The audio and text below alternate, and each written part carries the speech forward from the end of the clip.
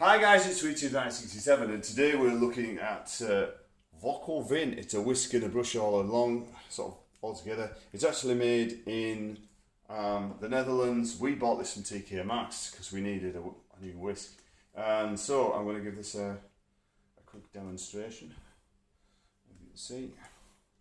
Firstly, I'm going to go for that. Alright, I'll probably allow that to thicken up, but if you sort of get the idea. Yeah, nice strong whisk.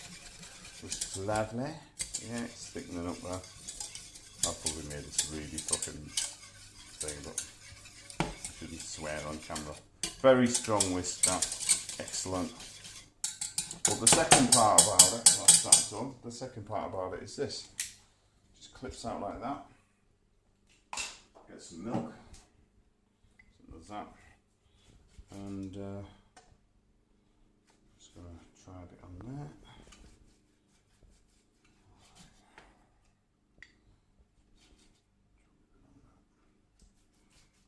That's like, it's funny having a rubber brush.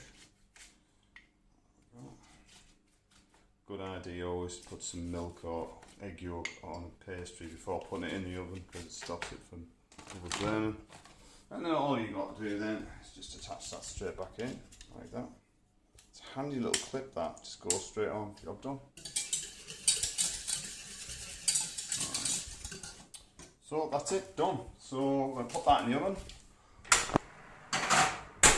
So there you go, there's the Netherlands built vacu. What I'm going to say, it's a really good whisk. I like it because it's a bit, the head on it's like, feels really strong. It's not going to snap like the Chinese one. So there you go. Thanks guys for watching. Why not subscribe? We'd love to see you there. And I'm off to get a cold shower because I'm bloody roasting. See you later.